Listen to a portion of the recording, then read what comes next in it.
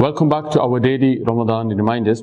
Today I want to talk about a challenge, a balancing act that we all face in our life, which is balancing deen and dunya, and which of them should take preference.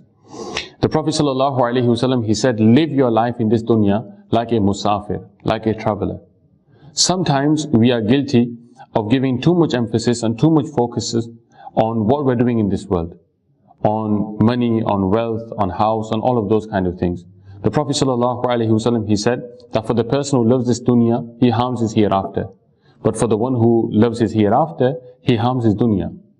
And remember, the dunya, the world, no matter how much we run after it, is one of those things that perhaps we will never achieve full satisfaction from it.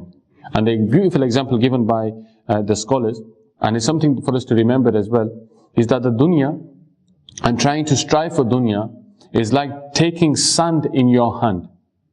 Try to imagine this as I'm saying it. Take a fistful of sand in your hand. The more you squeeze that sand, the more it will escape from your hand. It will continue to escape. The more pressure you apply, the more you try to hold on, the more you try to keep it with you, the more that sand will escape from your hand. With the result that there will be no sand eventually left in your hand.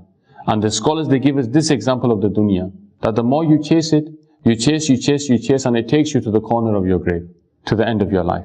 And then we have the hereafter to think about.